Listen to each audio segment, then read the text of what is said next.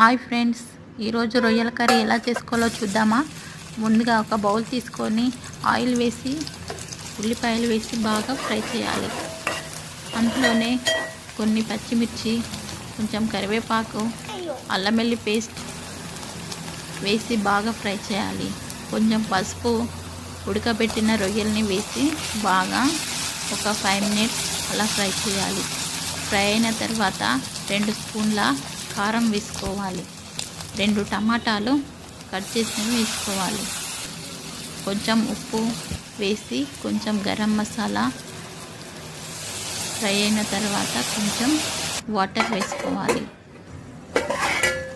ఇలా కొంచెం చిక్కబడిన తర్వాత కొత్తిమీర వేసుకొని దించేస్తే రొయ్యల కర్రీ రెడీ.